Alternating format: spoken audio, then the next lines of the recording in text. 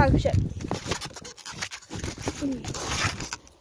Čaute lidi, slibovala jsem vám o tom video, chtěli jste čínské palivovou polívku, tak tady máte, koukejte.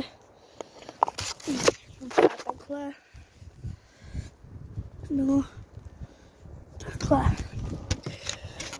Takže my si ochutnáme.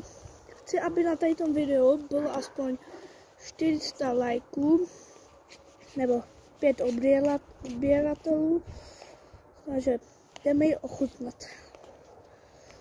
Tak.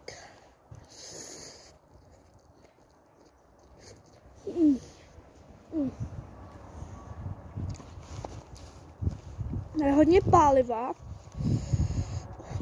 Jestli mi nevěříte, tady to máte napsané. To vidíte. Spicy tady dole.